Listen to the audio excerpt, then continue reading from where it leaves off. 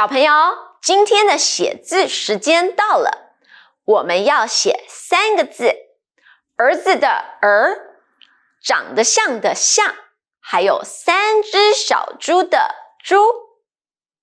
他们家3个猪儿子都长得像猪爷爷。Hey, that sentence uses all 3 of our new vocabulary. When we learn a new word, it's important to try to use it as often as possible, even in random sentences. 他们家3个猪儿子都长得像猪爷爷。换你说说看。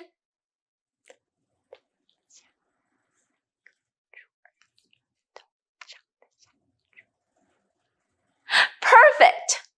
Using the words we just learned help us to remember them.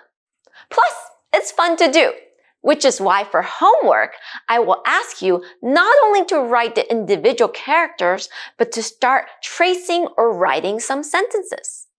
The more we practice, the better we'll get. Let's start with To write we only need 2 strokes, a slant stroke to the left and a hook stroke to the right. That's how we write Now you try it.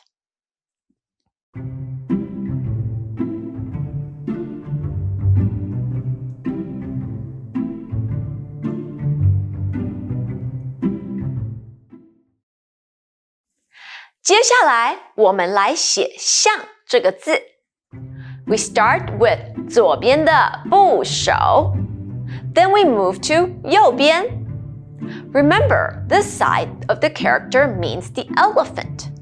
We start with the slant stroke, followed by a hook slant stroke. Then we follow the box rule, except what we have inside this time is a vertical stroke.